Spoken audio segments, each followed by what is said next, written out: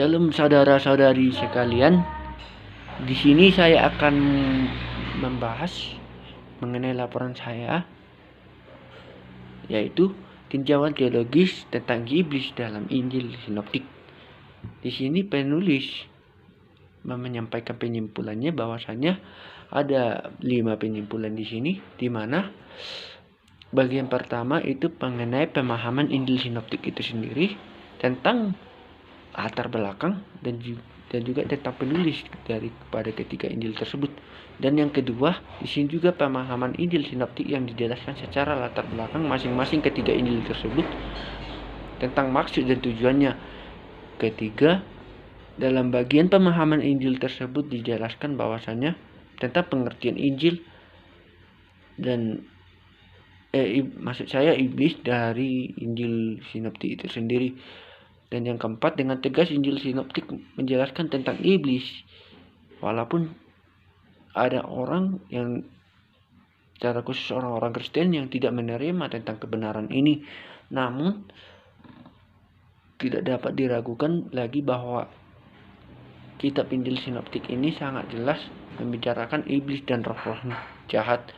Dan yang kelima, khususnya dalam konsep Injil Sinoptik, sangat nyata bagaimana pekerjaan iblis diuraikan dengan mencobai, baik itu mencobai melalui pikiran manusia, merasuki tubuh manusia, membuat penyakit, menggunakan posisi, menggunakan waktu yang baik, serta menawarkan kemegahan dunia. Nah, sebelum masuk ke bagian situ, ada baiknya kita mengenal iblis itu siapa sih. Nah, nama-nama lain daripada iblis tersebut ada 4, yakni Beelzebul, si jahat, si pencoba, dan juga roh-roh jahat. Nah, dari ketika kita mengenal itu, kita juga mengenal berbagai sifat-sifatnya, yakni yang perlu kita catat ialah iblis merupakan musuh semua yang baik. Dia juga penuh penipuan, kekejian, dan terus berusaha merusakkan semua hubungan, juga merusakkan hubungan antara Allah yang baik dan juga benar. Jika Allah ia tidak berdiri pada yang benar, memang dia betul-betul sejahat. Yang berikutnya itu sangatlah besar. Kita bisa melihat dalam Matius 4 ayat 8 dan juga Lukas 4:5, ia ingin berkuasa memperlihatkan kepada Yesus tentang semua kerajaan dunia sekaligus. Nah, ada pun berbagai pekerjaan yang dilakukan oleh si iblis dalam Injil Sinoptik, yakni pertama Injil Matius, di mana ada di sini saya kemukakan 8, di mana iblis menawan orang-orang yang belum bertobat. Kedua, roh-roh jahat membangkitkan yang jahat. Ketiga, yang berikut juga iblis merusak pikiran. Keempat,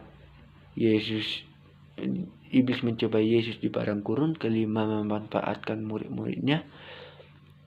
Yang keenam, mempengaruhi moral. Ketujuh, mengambil firman yang ditaburkan. Kedelapan, mempengaruhi pikiran Yesus. Yang berikutnya Injil Matius. Ada beberapa pekerjaan iblis juga selain daripada kitab Markus tadi. Di Matius itu sendiri, iblis mencoba Yesus dengan kelemahan manusia, dan juga iblis berusaha memutarbalikkan fakta kebenaran firman Tuhan. Ketiga, iblis mencobai dengan bujukan. Keempat, iblis mencobai dengan iming-iming. Yang kelima, iblis menghujat dan lain-lain. Di Lukas ada 4, yakni iblis memanfaatkan waktu mencobai Yesus, dan juga mengambil firman Allah, dan juga banyak orang-orang yang diikat iblis, bahkan sampai perempuan sekalipun 18 tahun, bahkan seumur hidupnya diikat oleh iblis.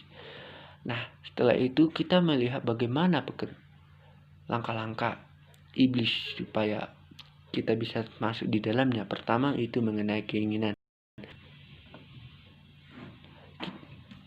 Iblis suka mengenali keinginan Anda itu sendiri. Kedua, adanya keraguan-raguan. Ketiga, adanya juga tipu daya. Nah, jadi bagaimana langkah-langkah yang kita hadapi untuk menghadapi yang namanya kuasa si jahat tersebut? Sebagai orang-orang yang percaya itu, pertama itu adalah jangan mau diintimidasi. Kedua, kenali pekerjaan iblis dan bersiaplah menghadapinya. Yang berikutnya, minta pertolongan daripada Tuhan. Dan di sini bisa saya memberikan kesimpulan bahwasanya kuasa dari apa yang saya baca dapat saya simpulkan bahwasanya setan dapat menggunakan berbagai cara untuk memanfaatkan keadaan untuk mengganggu kehidupan manusia sehingga manusia terjerumus dalam kuasa dosa. Dan dari penulis tersebut menyarankan kita untuk tetap berjaga-jaga dan meminta pertolongan dari Tuhan supaya kita tidak tergoda oleh kuasa dosa tersebut. Sekian yang saya paparkan. Terima kasih. Shalom. Tuhan memberkati kita semua.